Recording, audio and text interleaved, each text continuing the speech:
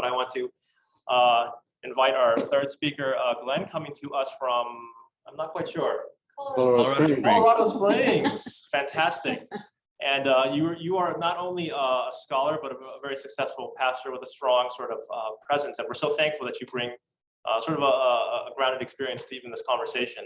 And so Glenn, if you would be so kind to share a little bit about the chapter that you contributed to this companion and a little bit about your process in terms of writing that. Thanks, Easton, and thanks, Eileen, and thanks, Luke, and everyone who's contributed already. What a great day it's been. My chapter was on qualitative research and theology as it relates to the study of congregational worship practices. And part of the reflexivity for me when I was doing my own work at Durham, and Pete was one of my supervisors there. Part of the reflexivity for me is I spent many years as a worship leader in a kind of sort of charismatic worship church setting.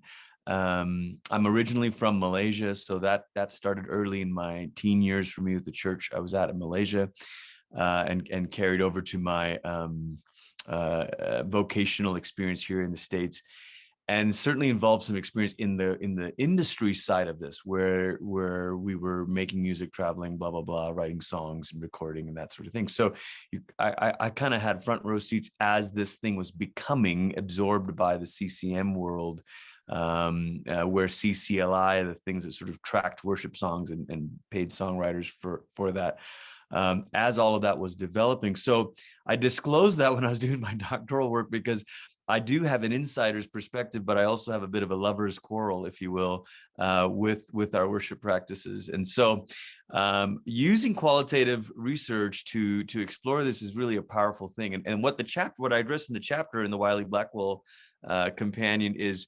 I start out by saying qualitative research is important here because congregational worship involves the intersection of a lot of complex dynamics, things like culture, music, ritual, emotions, cognition, community, and of course, theology that runs as a thread through all of that. And then particularly, I do focus a bit more in the chapter about the benefit of qualitative research when it comes to a sort of a charismatic expression of worship. And I do that because I'm jumping off of what the British sociologist Martin Stringer said, 15, 16 years ago. He said it would not be unfair to say that the charismatic meeting, complete with worship time, powerful, emotive biblical preaching, and manifestation of the Spirit in some dramatic form, is the most common form of Christian worship in the contemporary world. This is Stringer arguing this in 2005. Now, we might not like that it's the most common form of worship in the Christian world, but it does introduce a new species, if you will, into church life. It was much easier for people to critique Christian worship by analyzing a prayer book or a collect or a liturgy, and much more difficult to analyze this form of worship because it is more dynamic, and it actually fits more the field of ritual studies, which teaches us that the text of a ritual is not the same thing as a performance of the ritual. And that's a huge thing that often gets overlooked in congregational worship studies, where we want to obsess about song lyrics, for example. And my own work put those two things in dialogue with each other. What do we see about hope, Christian hope, from song lyrics of songs that 1,000 different worship leaders said were songs of hope, versus what do we see about the experience of hope when these songs are actually sung in living congregations and with focus groups? And the ordinary theologies, Eileen, your starfish example, when we follow a few dozen starfish in worship, what actually is going on here? So there's a couple things that the chapter is trying to do. It argues that qualitative research can move the study of worship beyond the prescriptive and into the descriptive. And I can say a bit more about that maybe in the next question, Easton. And then I think it can even enrich our attempts at prescriptive work by applying principles and insights that actually combine a thick situational analysis with rich theological reflection. One of the things that I've come to be very passionate about is good theological reflection with poor situational analysis is still bad pastoral theology. And so you might have all the right Bible verses and all of the right historical precedent, but if you've misdiagnosed what's actually going on here, that's bad pastoral theology. So the integration of theology and qualitative research in the field of worship studies, this is maybe a third layer of benefit. It can actually help us deepen our understanding of the Spirit's work in bodies and time. And so very often, and I can say more about this in a moment, but very often when we talk about, let's say, a theological phrase like union with Christ or participation with Christ, we tend to point to concrete things like, oh, baptism is union with Christ, or Eucharist is participation. Very good. That's concrete. But we are not yet talking about the experiential dimension of that participation with Christ or of that union with Christ.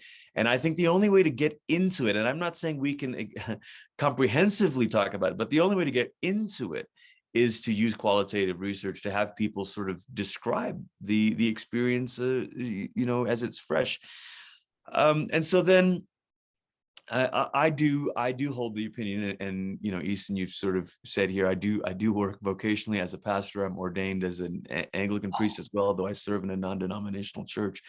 My commitments persuade me to prioritize theology even in this dialogue between situational analysis and theological reflection.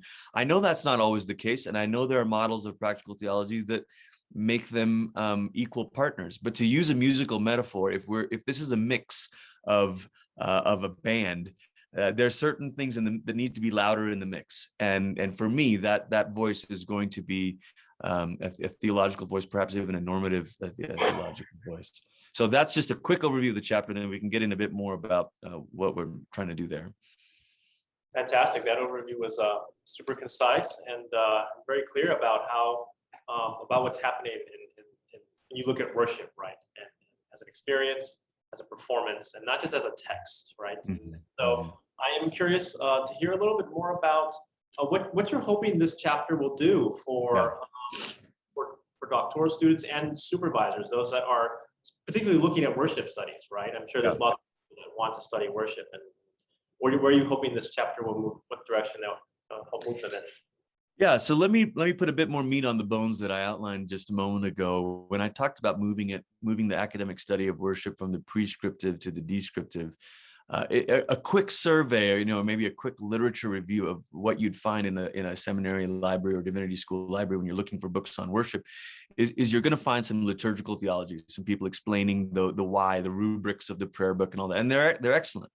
You're going to find, particularly from some Pentecostal literature, biblical studies on the tabernacle or the sacrificial system, or and this, by the way, I mean, Lester Ruth at Duke, Luke, your colleague there, has done a tremendous work on the history of the Latter Rain movement and how influential that's been on contemporary charismatic worship.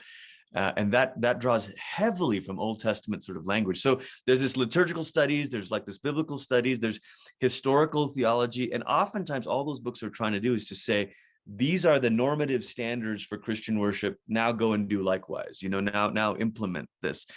And I think there's a problem there. I think then worship studies from an academic perspective primarily becomes a mode of critique, of saying we know what it should be, and now let's critique what is. And you see this on the popular level with blogs or articles that are published in Christian publications, where it's very easy to just do this. Oh, look at how terrible these modern songs are, and all of this stuff, because clearly this is the standard we're holding them to. Now, to be sure, there's truth to these critiques, but I want to see some qualitative research. Luke, I think I picked up on some of what you were describing with political theology, where people find one or two isolated incidents and then make a sweeping statement. That's very common in worship studies in academia at the moment. You find one or two bad songs, and you're like, oh, look at this whole thing. So I would like to see this contribute to a deeper or a different approach, really, to worship studies, where we're working to do better descriptive work and not just prescriptive work. And then the other part of this, I mentioned a thicker situational analysis. Let's take the song lyrics, for example. One of the things that you discover when you do qualitative research, and there have been several people who've done this, and Martin Stringer is one of them years ago in his book on the perception of worship. But there are several discourses at work in a worship service. You know, so for example, oh, thank you, Dale, for putting my book on there. That's kind of you. I'll mention that later. I'll pay you later, Dale. Thanks for that. Yeah. The discourses at work in a worship service. So think of this: you sing a song like "Great Are You, Lord." It's your breath in our lungs, and we pour out our praise, whatever. Now, one person may be thinking about a particular situation that they're dealing with, and they come to those lyrics with their own internal discourse of their situation. Someone else, and this is truly happened. I had a person tell me, I can't sing that song anymore because it was used in a worship protest rally, you know, where it was protesting COVID. And so it's your breath in our lungs, like, let us sing, let us, you know, so they're bringing that sort of taint to that song. There's a cultural discourse now that is tainting those lyrics. And then you might have the worship leader who means something totally different as he's leading the people in that song. So it's so difficult to say, oh, this church is singing that song, therefore this is its formative or formational impact.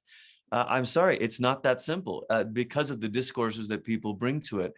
And I quibble a bit in my book that Dale has posted the link to, with a person that I really, really respect, but someone like James K.A. Smith, who's really helped us think very carefully about the formational impact of rituals and all of that. That I think that's really important. But if we're not careful, we can sort of think that if we just get the liturgy right, then discipleship is automatic. And it's just more dynamic than that. And the difficult pastoral work is to know your people and to know how a particular text or a particular sermon or a particular song is being interpreted and integrated into their own spirituality. I mean, every preacher knows you finish a sermon and someone says, thank you, Pastor, for talking about, you know, XYZ. And you say, well, I didn't talk about XYZ. I was talking about ABC. So there are these discourses. And again, qualitative research helps us understand the different discourses that are at work and the practical effects of those songs on people. And then you know, I want to come back to this thing about the Holy Spirit. Simeon Zal had an excellent book that came out in 2020 on the Holy Spirit and Christian experience, and he's at Cambridge. And Zal, you know, he basically says theologians are often prone to making statements about the Spirit's work in Christian life and worship that fail to specify what that might look like in bodies, in space, in time.